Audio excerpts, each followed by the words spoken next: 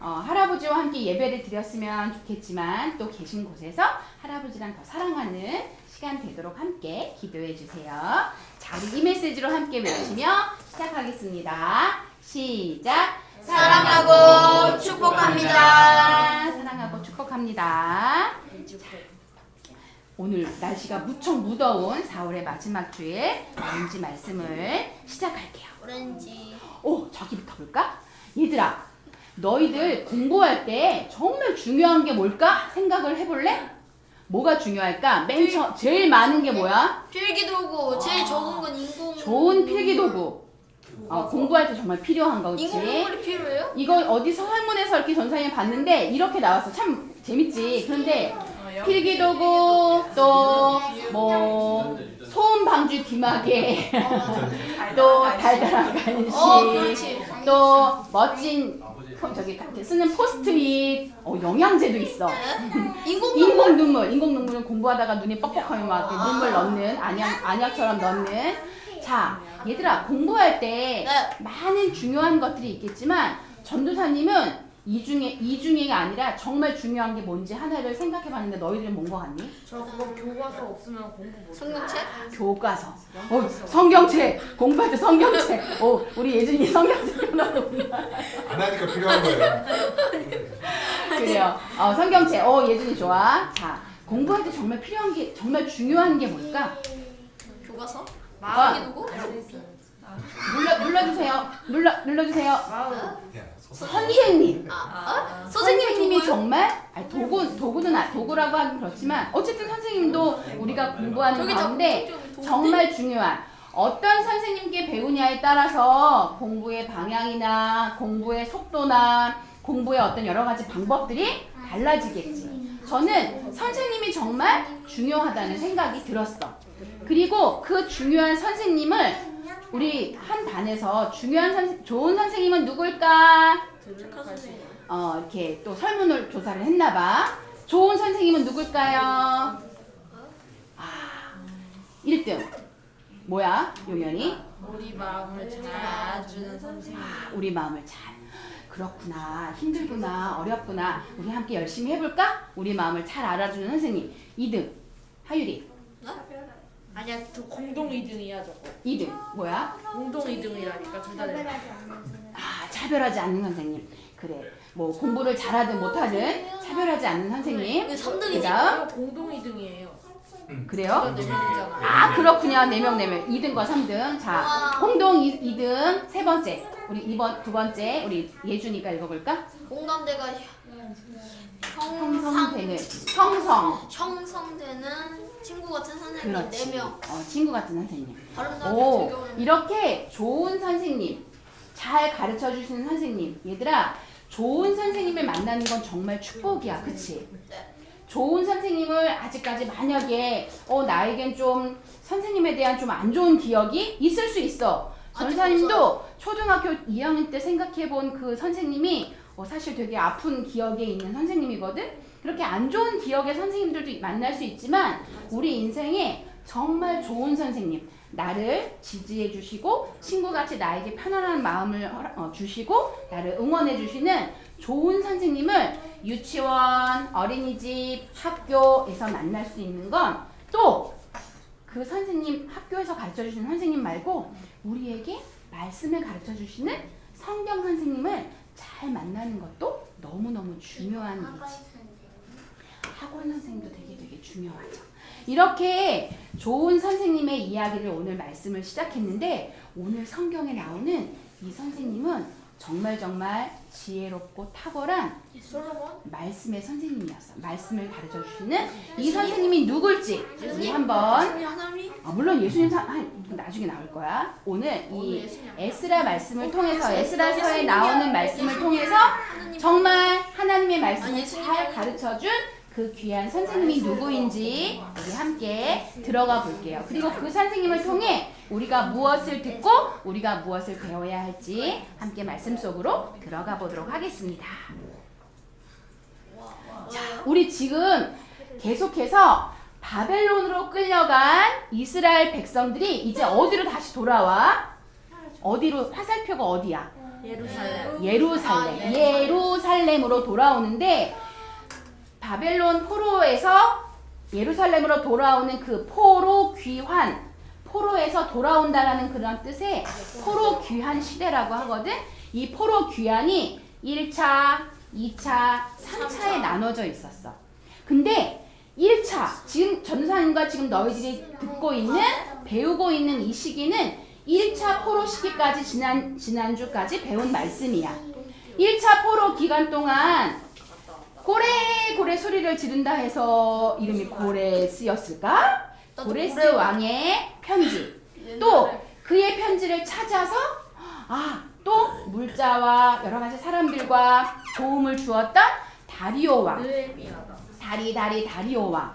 그렇게 두 왕을 거쳐가면서 중간에 오늘 규식 집사님이 기도하시는 중에 이 몇 년 동안 16년 동안 힘들고 어려운 성전 건축을 멈추었던 70년 만에 다시 예루살렘으로 돌아와 그 성전을 건축을 시작을 했어. 하나님이 왕들을 통해, 하나님 믿지 않는 이방 왕들을 통해 물자와 사람들을 공급받게 하시면서 놀라운 하나님의 일들을 그 약속을 이루어 주시는 그 과정을 지금 보내고 있는데, 이렇게 70년 만에 돌아와서 16년 동안도 잠깐 멈추었다가 결국은 다시 4년 5개월 만에 그 성전을 왜 뒤로 가지?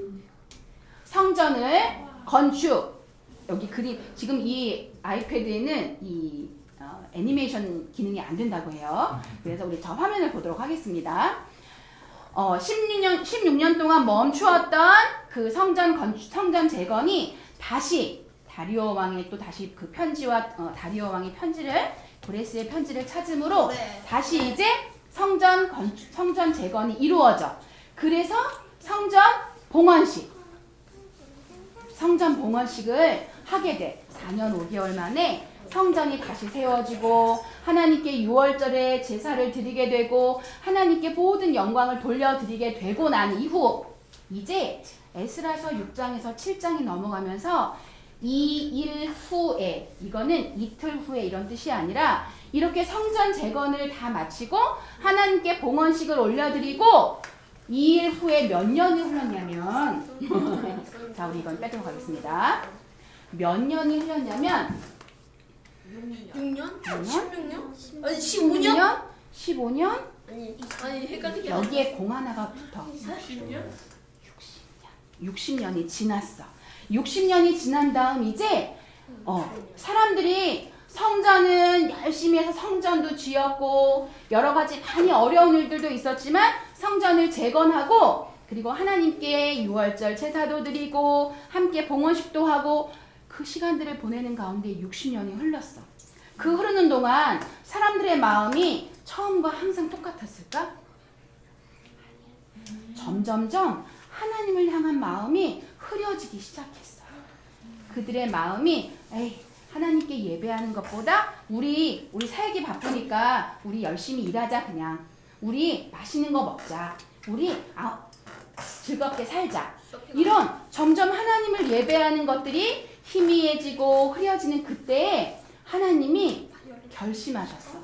하나님이 한 사람을, 이 사람들, 이스라엘 백성들 가운데 보내시기로, 선생님을 보내시기로, 아까 우리 처음에 말했던 그 좋은 선생님, 그 선생님을 보내기로 했는데 이번에 온 그 선생님은 누구냐면 이 선생님은요, 목사님 저에게 그걸 좀 주시겠어요? 이 선생님은 누굴까요? 느헤미야일까요? 느헤미야일까요? 이 선생님의 이름은 에스라 선생님이세요. 우리가 10장 되는 에스라서를 적은 에스라, 이 선생님은 제사장이며 학자이며 말씀을 연구하는 정말 하나님이 기뻐하시는 하나님의 말씀 선생님이었어. 이 선생님에 대한 에스라에 대한 말씀이 에스라 7장 10절에 나왔는데 우리 같이 한번 읽어볼까? 시작! 에스라가 여호와의 율법을 연구하여 준행하며 율례와 규례를 이스라엘에게 가르치도록 결심하였었더라. 아멘.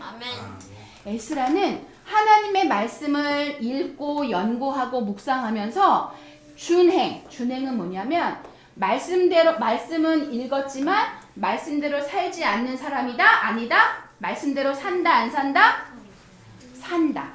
말씀을 묵상한 대로 준행, 그 말씀대로 행동하고 말하고 삶으로 살아낸다. 이런 사람이었어. 그리고 그 하나님의 율례와 규례를 다른 사람들에게, 이스라엘 백성들에게, 마음이 흐려진 이스라엘 백성들에게, 마음이 무뎌진 이스라엘 백성들에게 하나님 말씀을 가르쳐야겠다라고 결심한 사람이었어. 이 에스라가 지금은 예루살렘에 있는 사람이 아니야. 우리 아까 말했지. 포로 기환이 1차 그리고 몇 차까지 있다고 했지? 3차까지 있는데 이제 에스라는 2차에 예루살렘으로 돌아온 사람이었어.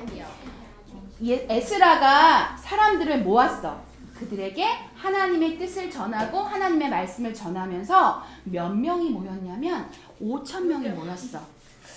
1차 때는 전사님이 찾아보니까 거의 5만 명에 가까운 많은 사람들이 1차에 예루살렘으로 왔는데 2차에는 5,000명 되는 사람들이 모였어.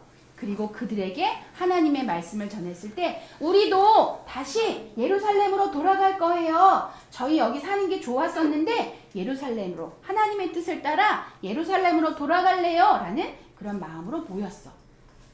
그런 가운데 이제 바벨론에서 그 바사 페르시아에서 예루살렘으로 가려면 시간이 얼마가 걸리냐면 1달, 2달, 석 달, 거의 넉 달이 걸리는 시간 동안 걸어서 소 타고 말 타고 걸어서 그렇게 와야 하는. 그러면 그렇게 오려면 5,000명 되는 사람들이 오려면 위험할까 안 위험할까? 위험하겠지. 그런데 에스라는 뭘 먼저 했냐면 왕에게 도움을 먼저 구한 게 아니야. 하나님께 도움을 구했어. 하나님도 왕이잖아요. 그치? 우리의 진정한 왕이지. 에스라가 아하와 강이라는 그 곳에서 금식을 선포하고 백성들과 함께 기도했어. 하나님, 우리 이제 예루살렘으로 돌아갈 거예요. 하나님, 우리와 함께 해주세요. 에스라는 하나님을 의지하고 하나님께 기도한 사람이었지. 선생님이었지. 그리고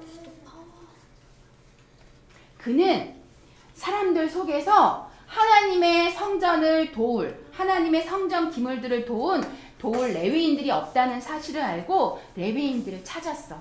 그리고 그 레위인들을 찾아서 그들에게 할 일을 전하고 책임감을 전해서 같이 함께 동역한 그런 에스라 선생님.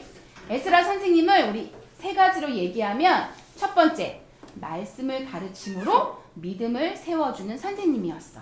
그리고 두 번째, 기도하며 하나님의 힘을 의지한 선생님이었어. 세 번째, 용기를 가지고 맡겨진 일을 실천하는, 그리고 실천하도록 함께 동역한 선생님이었어. 우리가 이 에스라 선생님의 이 말씀을 통해 우리가 기억해야 할 건 이 말씀이야.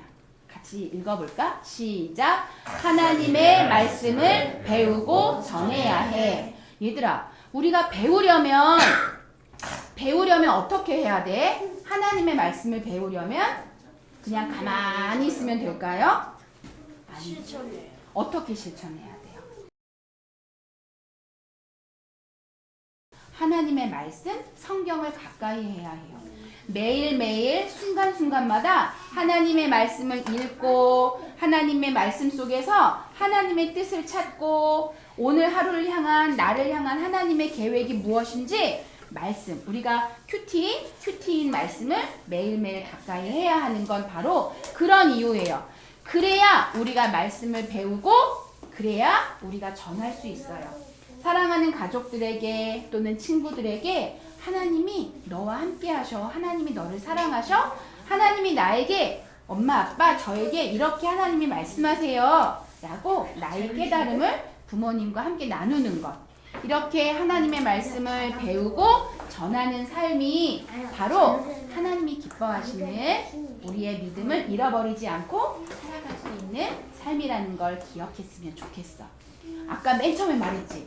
우리에게 가장 완전한 선생님. 바로 그분은 우리의 완전한 선생님 스승 되시는 예수님이셔. 예수님이 우리에게 성경 말씀 속에서 하나님 나라를 말씀해 주시고 하나님 나라 백성은 이렇게 살아야 해라는 말씀을 예수님이 친히 그렇게 사시고 십자가에서 죽으시고 부활하시고 우리에게 알려주셨어. 우리가 하나님의 말씀을 가까이 하고 그 말씀을 묵상하고 기억하고 전하는 그런 우리도 작은 예수 선생님이야. 작은 예수 제자, 예수님의 제자인 작은 선생님들이거든.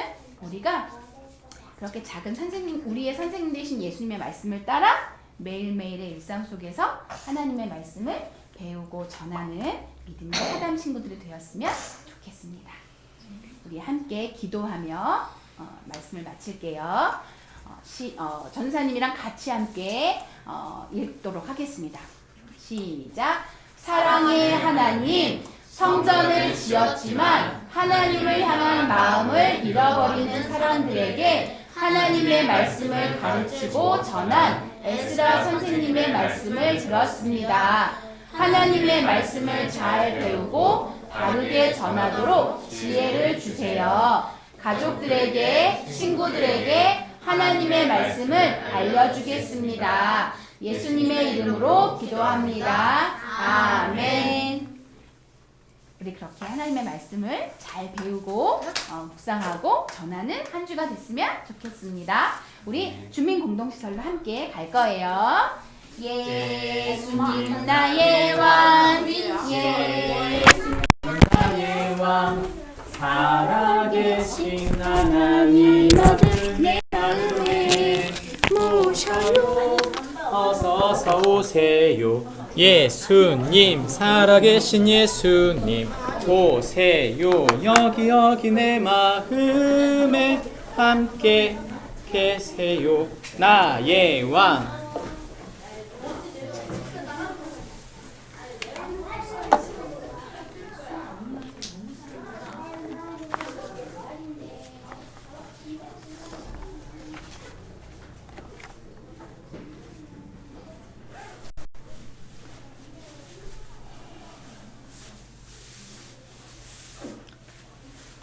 좋은 음식, 우리는 좋은 음식의 조건이 무엇인지를 생각해 보면 멋진 데코레이션, 좋은 재료, 좋은 환경 여러 가지가 있겠죠. 근데 사실 좋은 음식을 결정하는 것은 바로 재료도 그릇도 환경도 아니고 요리사입니다. 좋은 요리사는 좋은 재료를 볼 줄 알고요. 좋은 요리사는 어떤 그릇을 선택해야 할지 압니다. 좋은 요리사는 이 음식을 가지고 어떤 맛을 낼지를 구상하고 그것을 이뤄가는 것이죠. 사실 우리는 환경과 상황이 굉장히 중요하다고 생각하지만 환경과 상황보다 훨씬 더 중요한 것은 그 마음을 다잡는 중심의 누군가입니다. 내 마음의 주인이 나라면 내가 이 모든 것을 해야 한다라고 하는 부담감을 끊임없이 고민하게 될 것입니다. 사실 우리의 고민은 더 우리에게 맡겨진 사람들을 하나님 사람으로 세우고 맡겨주신 소중한 일들을 하나님 뜻대로 이루고 싶지만 그런 실력이 부족해요. 마치 실력이 없는 요리사처럼 애를 쓰고 힘은 쓰지만 매번 2% 부족한, 아니 2%가 아니라 난 왜 이렇게 부족한가라고 낙심할 만큼 때로는 좌절하는 그런 보조 요리사 정도의 실력을 우린 가지고 있는 거죠. 성경은 우리에게 우리가 가지고 있는 환경과 상황보다 훨씬 더 중요한 것이 있다고 말합니다. 그것은 우리 마음 중심에 계셔야 할 하나님, 그분이 우리 마음속에 자리해야 한다고 하는 것이죠. 하나님 말씀이, 그분의 통치가 우리를 세워가실 때만 우리의 삶에 향한 하늘의 계획을 온전히 이룰 수 있기 때문입니다. 왜 요리 못하는 사람이 꼭 그런다고 그러죠. 재료 탓하고 환경 탓하고. 근데 진짜 정말 잘하는 분들은 그런 탓을 안 해요. 그냥 버릴 건 버리고 이거 써야 되겠다, 이런 맛을 내야겠다 하는 생각을 가지고 그것만 딱 해내는 거죠. 참 신기해요. 같은 재료, 다른 음식. 마찬가지로 우리 삶에 같은 환경, 같은 상황인데도 어떤 이는 하늘의 계획을 척척 이루어가는 사람이 있는가 반면 어떤 사람은 환경과 상황이 다 좋아도 마음과 중심이 흔들리기만 합니다. 그것은 바로 하나님 말씀이 그 마음을 세워가고 있지 못하기 때문이다. 성경은 그렇게 말하죠. 어떻게 하면 하나님 말씀이 우리의 삶을 세워갈 수 있을까요? 시간이 지나고 난 다음에도 후회하지 않을 하늘의 계획을 이루려고 한다면 어떻게 하면 좋을까요? 에스라서 7장 6절부터 10절 말씀이 우리에게 그 해답을 주는데 함께 나누어서 읽겠습니다. 이 에스라가 바벨론에서 올라왔으니 그는 이스라엘의 하나님 여호와께서 주신 모세의 율법에 익숙한 학자로서 그의 하나님 여호와의 도우심을 입음으로 왕에게 구하는 것은 다 받는 자이더니 아닥사스다 왕 제7년에 이스라엘 자손과 제사장들과 레위 사람들과 노래하는 자들과 문지기들과 느드님 사람들 중에 몇 사람이 예루살렘으로 올라올 때에 이 에스라가 올라왔으니 왕의 제7년 다섯째 달이라. 첫째 달 초하루에 바벨론에서 길을 떠났고 하나님의 선한 손의 도우심을 입어 다섯째 달 초하루에 예루살렘에 이르리라. 함께 읽습니다. 에스라가 여호와의 율법을 연구하여 준행하며 율법과 규례를 이스라엘에게 가르치기로 결심하였습니다. 아멘. 우리가 읽은 성경 말씀을 한마디로 조리면 이런 말입니다. 함께 읽습니다. 시작. 성도는 하나님의 말씀을 배우고 가르침으로 세워지는 자이다. 성도는 하나님의 말씀을 배우고 가르침으로 세워지는 자이다 말해줍니다. 목사님, 가르치는 건 목사님이 하시면 되잖아요. 그게 맞는 말이죠. 근데 문제는 아이들이 핵심적인 질문을 할 때 답을 못하는 경우가 있어요. 정말 중요한 질문. 사실 그 질문에 대한 대답은 아주 복잡한 신학적 해설이 아니고요. 우리의 삶으로 순종하고 살아가는 것에 대한 이야기예요. 그리고 진리는 단순합니다. 우리가 하나님과 관계 속에서 하나님과의 관계 속에서 우리의 믿음이 자라고 있는 걸 우리 아이들이 본다면 그대로 걸어가는 것이죠.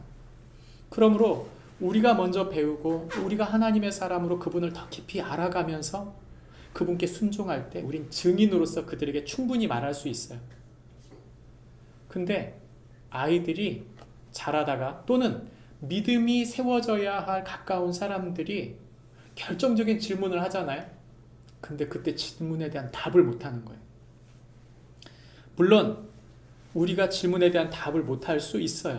어려운 질문에 대해서는. 근데 성경은 우리에게 이렇게 말합니다. 너희가 대답할 소망에 관하여 묻는 자들에게 대답할 이유를 항상 준비하라. 너희가 누군가에게 하나님의 말씀의 소망, 그것이 전해질 수 있도록 항상 준비하고 있어라 라고 하는 말씀은 우리 안에 그분을 아는 마음, 그분을 사랑하고 그분께 순종하고 그분과의 관계 속에서 그분을 아는 나의 삶의 소망에 관한 그 이유, 그 말을 내가 준비하고 있어야 된다는 것이죠.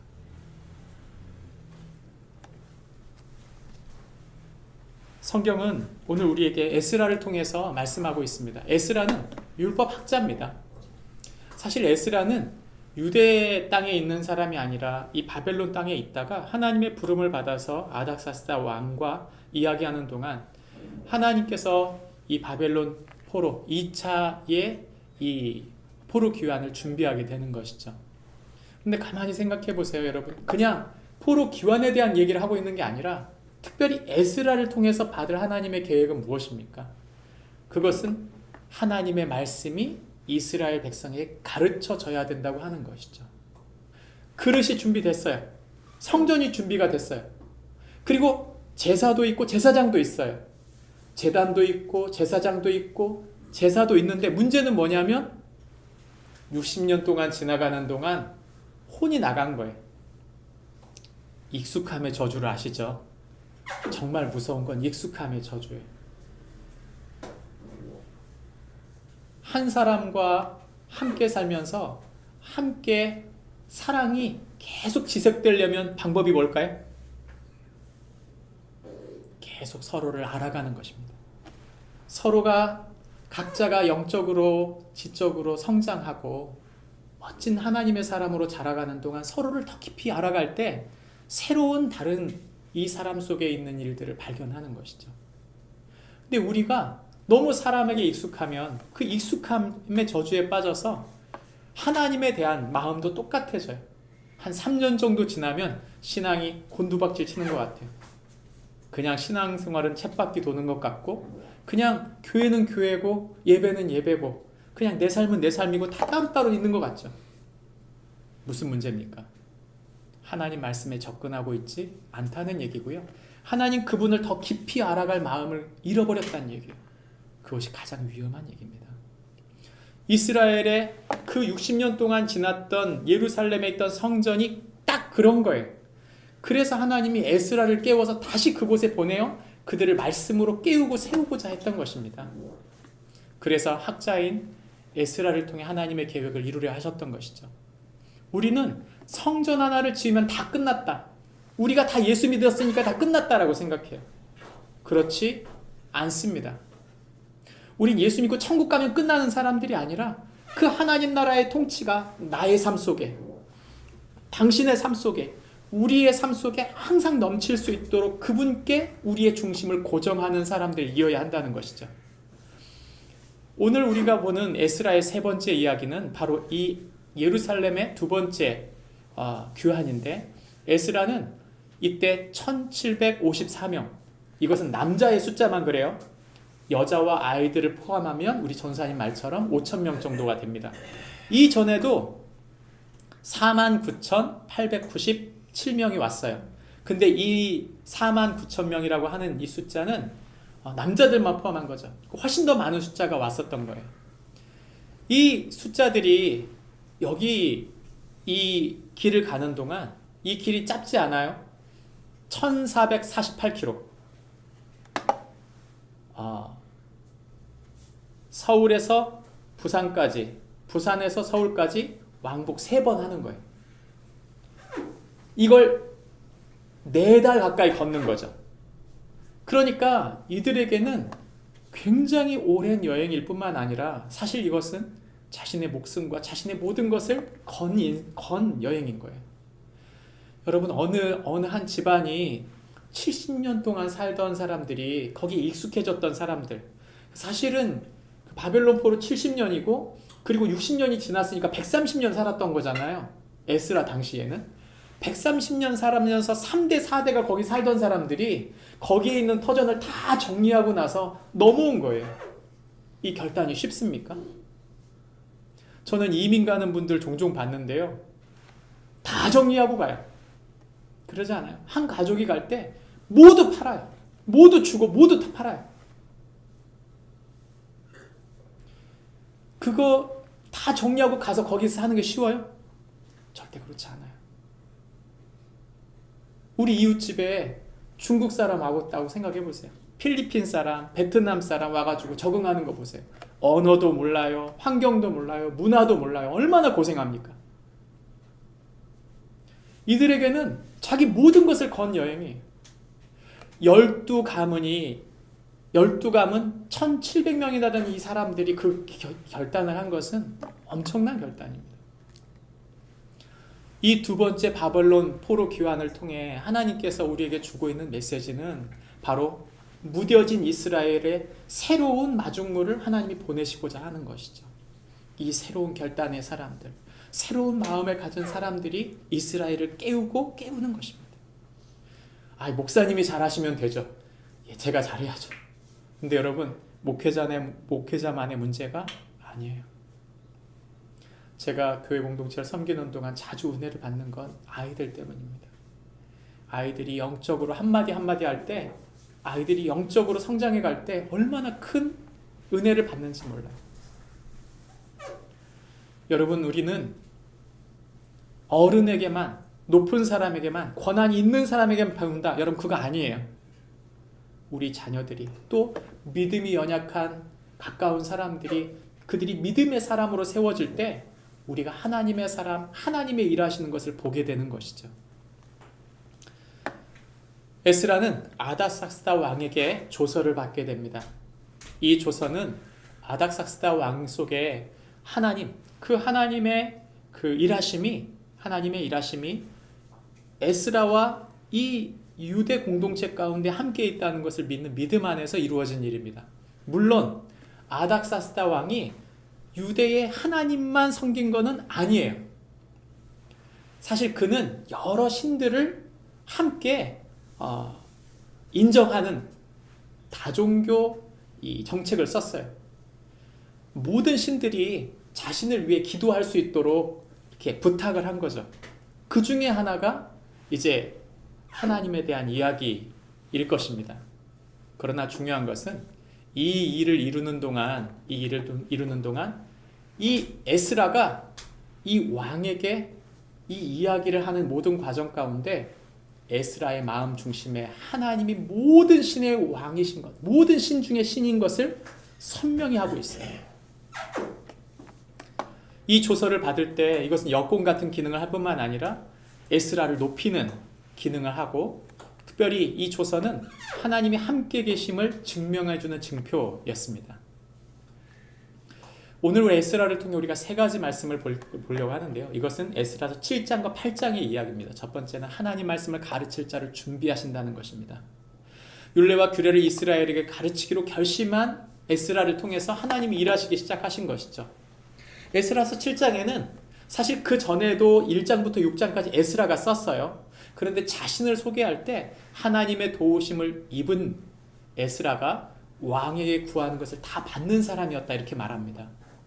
에스라는 하나님의 선한 손에 도우심을 입은 사람으로 이 일들을 감당하는 동안 에스라가 마음의 중심에 삼은 것은 유대에 있는 이스라엘 백성들을 하나님 말씀으로 가르치겠다고 하는 단호한 결정이에요.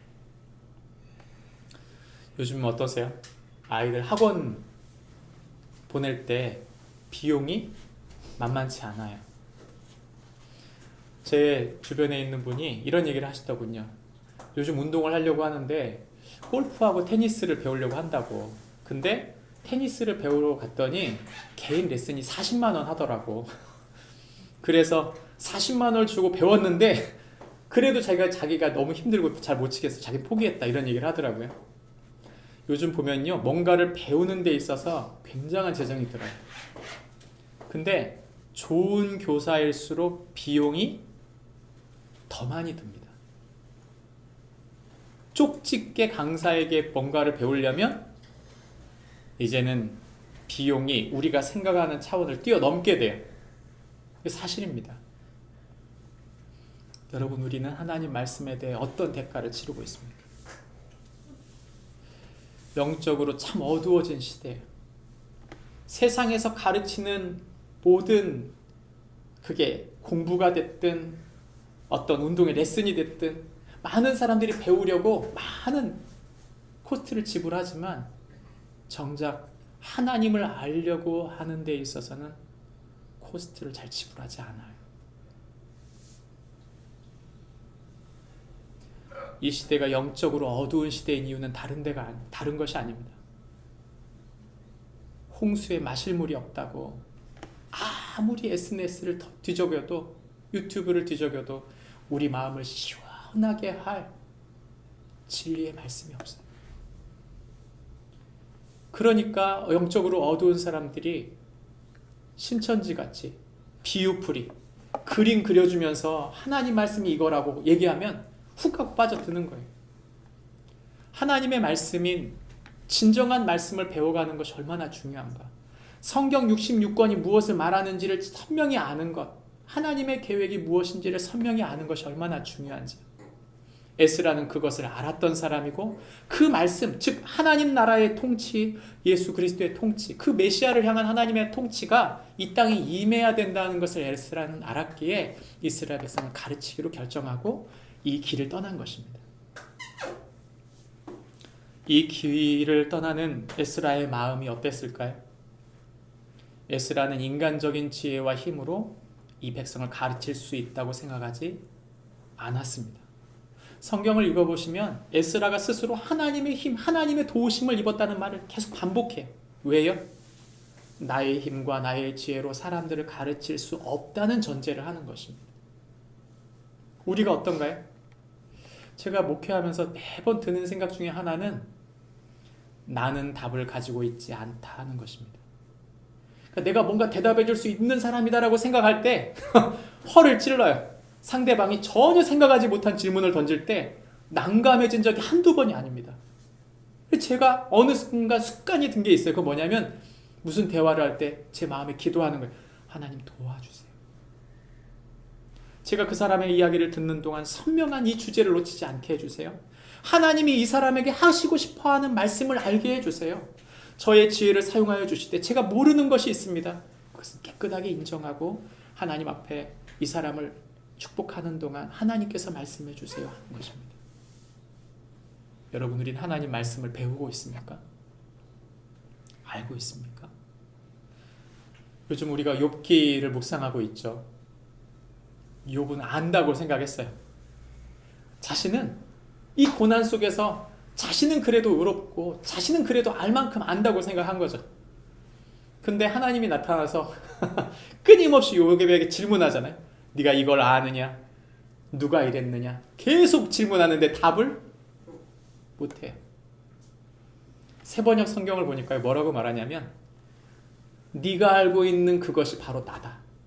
그것을 한 것이 바로 나다라고 계속 나다라고 이야기해요. 정확한 말이에요. 하나님은 아세요. 우리는 모릅니다.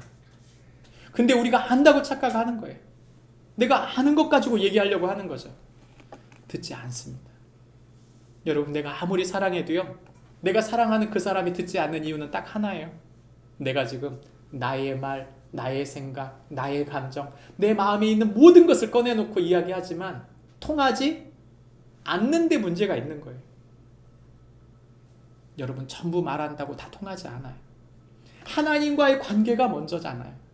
하나님과 마음이 통하고 내가 해야 될 말과 하지 말아야 될 말을 구분하고 이야기할 때 하나님께서 역사하시는 것이지, 그저 내 마음을 다 이야기한다고, 인간적으로 얘기한다고 그 아이가 다 통할 거다, 그 사람이 다 통할 거다, 그 어르신이 다 통할 거다, 그러지 않는다는 것입니다. 인정해야 돼요. 하나님, 내가 못합니다. 주님이 하셔야 됩니다. 그리고 주님, 제게 말씀해 주십시오.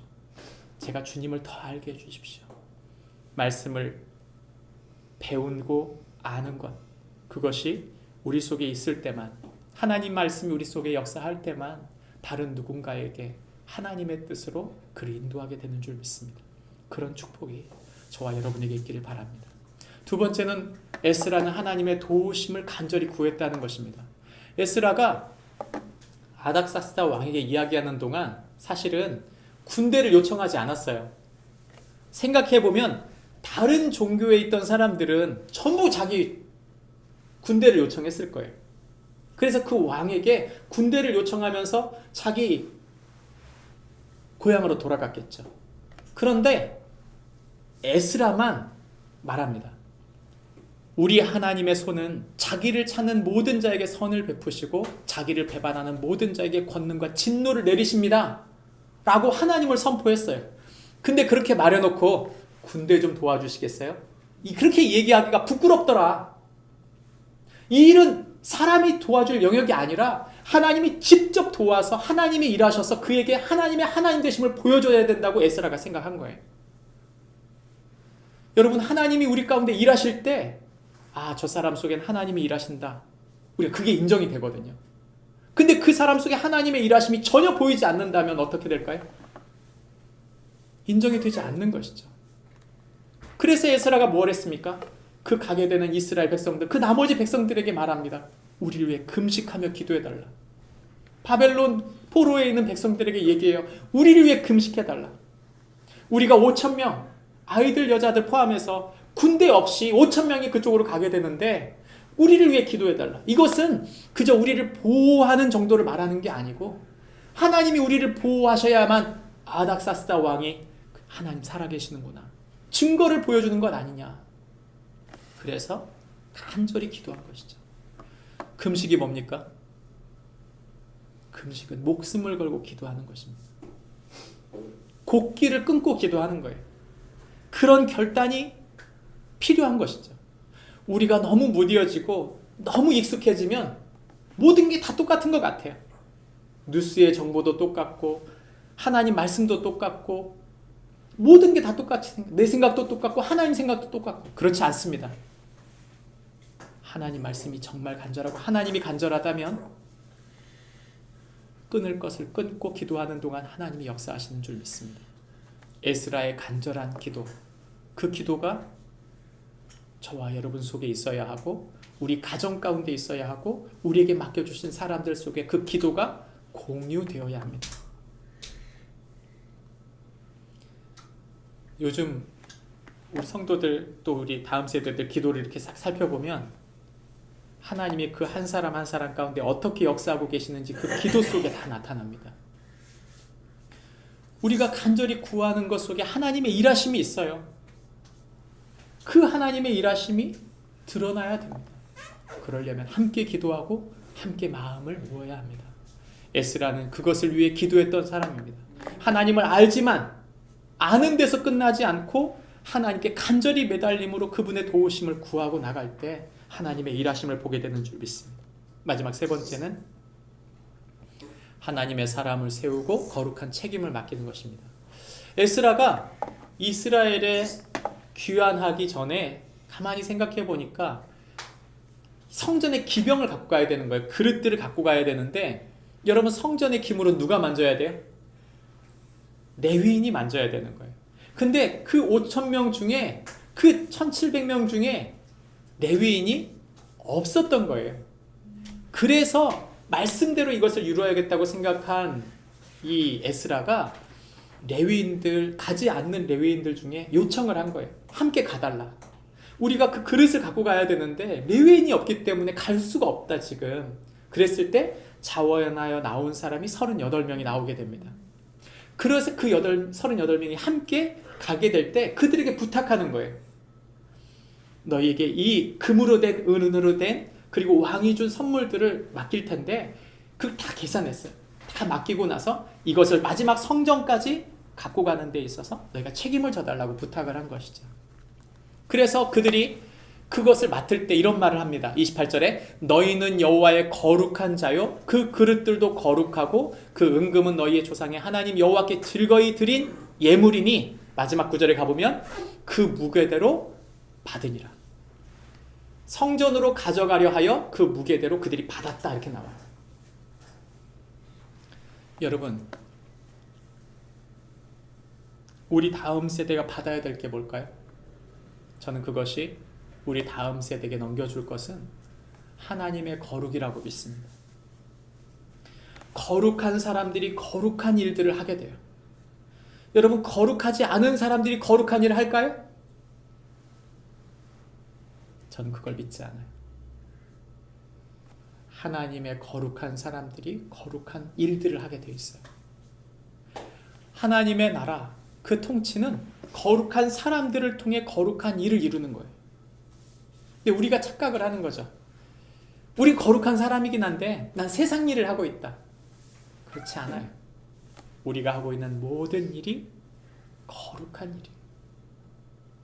세상이 볼 때는 우습게 볼지 몰라도 절대 그렇지 않습니다. 우리가 하고 있는 모든 일은 거룩한 일입니다.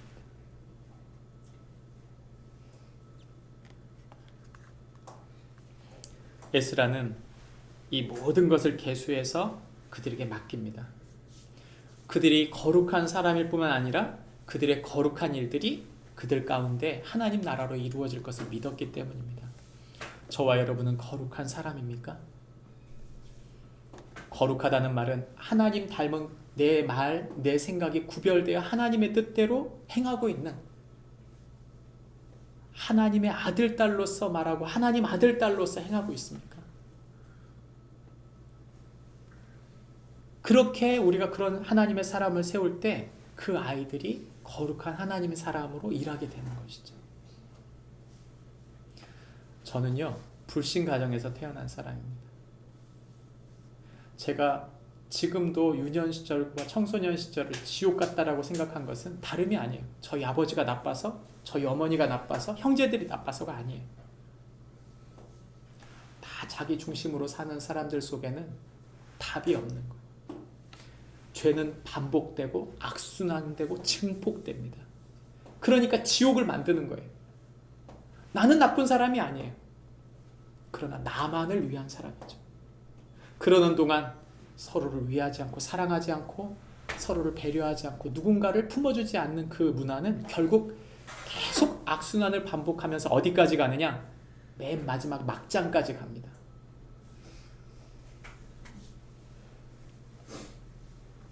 우리의 관계가 회복되려면 내가 먼저 하나님의 거룩한 사람이 되는 것밖에는 답이 없어요. 서로의 관계를 세우고 우리 다음 세대를 거룩한 하나님 사람으로 세우고 싶다면 내가 먼저 거룩한 하나님의 사람으로 서는 것밖에는 답이 없다고 믿습니다.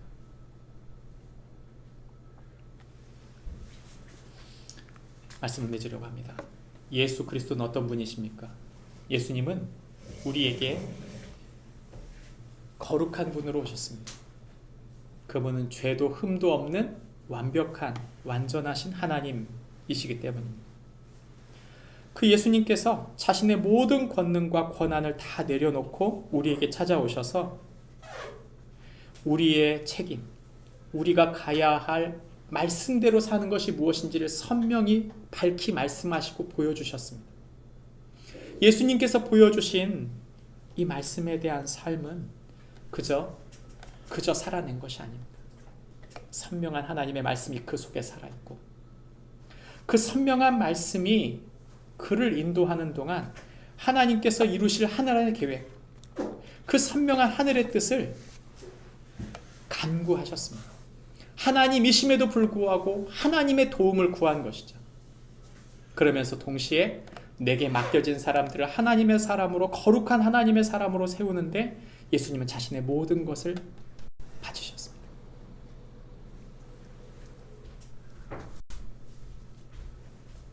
인간적인 것이 가장 좋다.